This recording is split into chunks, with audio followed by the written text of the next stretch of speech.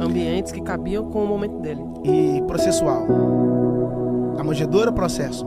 A cruz, propósito. O trono, promessa. Ninguém começa na promessa, começa no processo. Quem despreza um processo não pode viver uma vida de propósito. O processo é um meio que Deus utiliza para te amadurecer. O processo é onde você entra menino e sai homem. O processo é onde você aprende a chorar. É onde Deus te amassa, esmaga, te quebra. Entende? Por quê? É melhor estar quebrado no processo do que inteiro fora dele. Entende? O processo é uma das matérias de Deus, cara. Você não entende quando entra no processo, você só entende quando sai. E por que é tão duro lidar com o processo? É porque Deus fala do propósito, mas não fala do processo. Falou para José sobre o sol, falou para José sobre a lua, falou para José sobre as estrelas, mas não falou para José sobre a cisterna, não falou para José sobre a mulher do Potifar, não falou para José sobre perder a capa. Porque se Deus falar para você sobre os processos de amanhã, você vai querer pular fora hoje. Então ele pode não te falar dos processos, mas ele sempre vai te falar das promessas. Meu Deus. Entende? Então o processo é um meio que Deus utiliza para você suportar o peso do propósito. Por exemplo, quando o professor está na sala de aula, ele não fala. Sim. Quando é dia de matéria, ele não explica. Sim. Ele verbaliza. Mas você percebeu que em dia de prova, Ele fica em silêncio. você tá aí? Em dia de prova, o professor não fala. E tem gente assim, Deus, fala comigo, e Deus tá dizendo lá, tá no processo, tá querendo que eu falo, tá na prova, quer que eu falo. Só que tem um detalhe, ele tá em silêncio, mas não sai da sala. Para que eu quero descer, produção. Uau! Ele está em silêncio, mas não sai da sala. O silêncio de Deus, ele tem muito a dizer. Eu costumo dizer o seguinte, que Deus consegue falar até em silêncio. O silêncio é uma das maneiras de Deus dizer pra você, calma que eu tô vendo tudo, calma aí. Entende? Porque se Deus tem a resposta, então nem sempre a primeira opção é certa. Aguardar em Deus é difícil, mas é recompensador. Os que esperam no Senhor renovarão suas forças. Por que nós estamos enfraquecidos? Porque estamos apressados. Eu sempre digo, as 3 maiores doenças do século, não é o câncer, não é o HIV, as 3 maiores doenças do século: a depressão, o estresse e a ansiedade. A depressão é uma pressão do passado, o estresse é uma pressão do presente e a ansiedade é uma pressão do futuro. Ninguém fica depressivo pelo que vai acontecer, pelo que vai acontecer amanhã. As pessoas ficam depressivas pelo que ocorreu. O nome Paulo significa pequeno. Paulo está descendo para Damasco. Olha isso, está descendo para Damasco com cartas de ameaças. As cartas de ameaça na mão dele para perseguir os cristãos. Só que tinha carta na mão dele, mas ele não sabia que dentro dele havia cartas e epístolas. Só que as cartas que estavam do lado de fora, quem escreveu foram os homens, mas as cartas que estavam do lado de dentro o texto diz que o resplendor de luz o cercou e ele caiu e ficou cego. Pera aí, André, ele caiu e ficou cego? Quando a pessoa cai, ela quebra o braço, quebra alguma coisa. Ele não quebrou nada, só ficou cego. Deus usou a luz para cegar ele. A luz que cega. Como assim?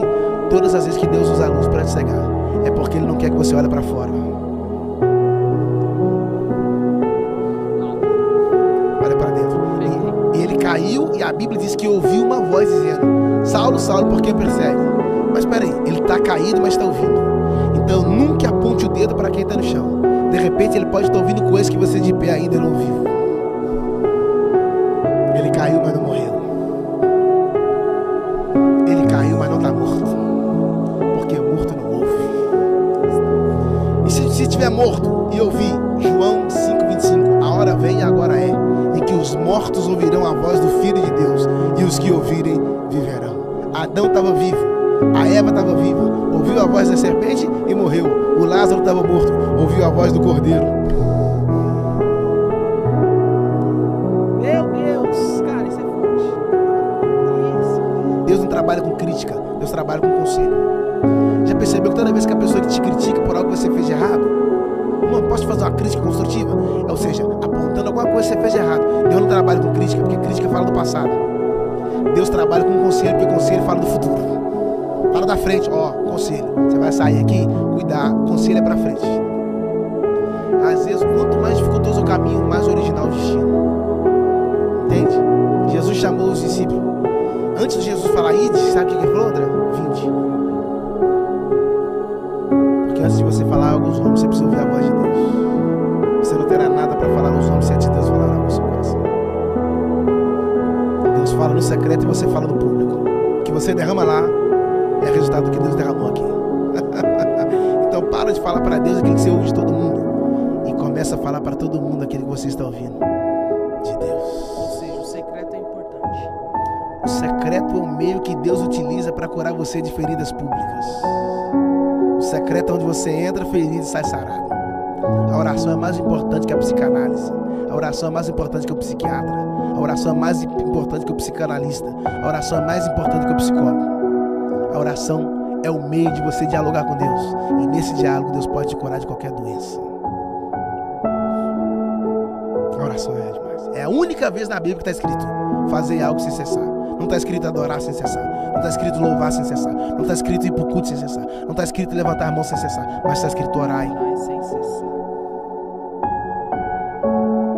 Quanto mais você ora, mais você precisa orar. Gente da gente, o cara gente boa, um cara gente boa de bastidores, tá aqui com a gente, daqui a pouco ele corre pra ir pregar, mas veio aqui pra dar entrevista e eu quero desde já agradecer pela simplicidade, pela humildade, falou com a gente, sem frescura nenhuma. Yang, fechou, vou estar no YangCast e de fato tá aqui. Obrigado, meu amigo. Prazer estar aqui e você tá falando sobre a questão de sem frescura. Uma das coisas que eu sempre falo é que quem se acha grande para fazer algo pequeno é pequeno demais para executar algo grande.